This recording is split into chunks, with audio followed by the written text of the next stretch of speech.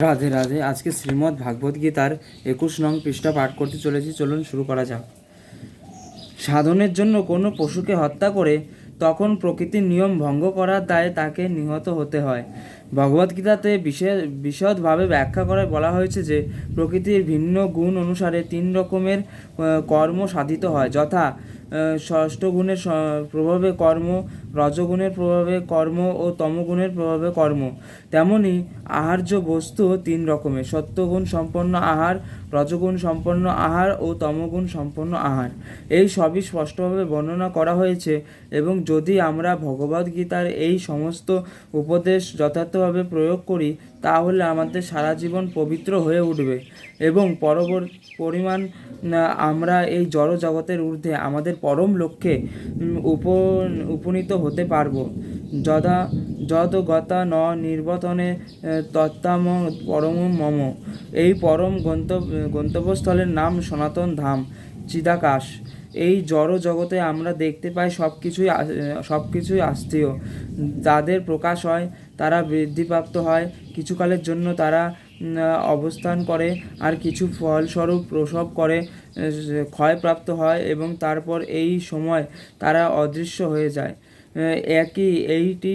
এই জড় জগতের নিয়ম, তা আমরা আমাদের এই দেহ অথবা এক টুকরো ফল বা অন্য যে কোনো দৃষ্টান্ত থেকে বুঝতে পারি।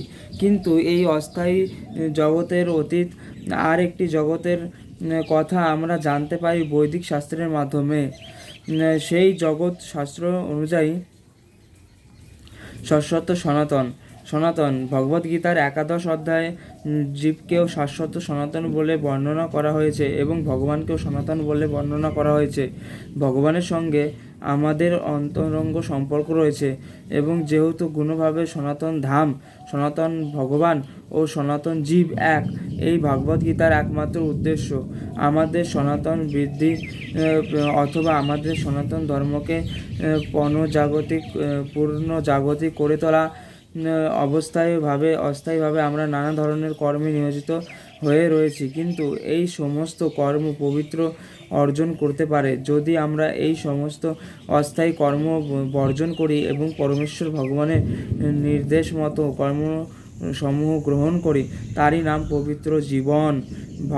ভগবান ও তার দিব্য ধাম উভয় সনাতন, জীবনও সনাতন। জীব যখন তার পবিত্র জীবন লাভ করে সনাতন ধামে ভগবানের সান্নিধ্যে আসে, তখনই তার জীবন সার্থক হয়ে ওঠে। যেহেতু সমস্ত জীবই পরমেশ্বরের সন্তান, সেই কারণে তাদের সকলেরই প্রতি তিনি পরম করুণাময়। ভগবান শ্রীকৃষ্ণ ভাগবদ্গীতাতে 14:4 বলেছেন, সর্বজহিষ্ণু কর্তেয় মর্তুয়া সর্ববস্তি যা তসং ব্রহ্ম মদং যোদিতং বীজ প্রদ প্রীতাহে। হে কন্তেয়, সমস্ত জনিতে যে সমস্ত দেহ উৎপন্ন হয়, ব্রহ্মা রূপা প্রভৃতি তাদের জীব জননী এবং আমি বীজ প্রদানকারী পিতা। অবশ্যই বিভিন্ন কর্ম অনুসারে বিভিন্ন রকমের জীব রয়েছে, কিন্তু এখানে ভগবান বলেছেন যে তিনিই সকলের পিতা। রাধে রাধে। শ্রীমদ্ ভগবদ্গীতার 21 নং পৃষ্ঠা শেষ হয়েছে। আপনারা পরবর্তী পৃষ্ঠা শুনতে চাইলে এই চ্যানেলটি সাবস্ক্রাইব করে বেল আইকনটি টিপে দিন। জয় রাধে, জয় শ্রীকৃষ্ণ। রাধে রাধে। শ্রীমদ্ ভগবদ্গীতার 21 নং পৃষ্ঠা শেষ হয়েছে। আপনারা চাইলে এই চ্যানেলে গিয়ে ভিজিট করে দেখে আসতে পারেন। জয় রাধে, জয় শ্রীকৃষ্ণ। রাধে রাধে।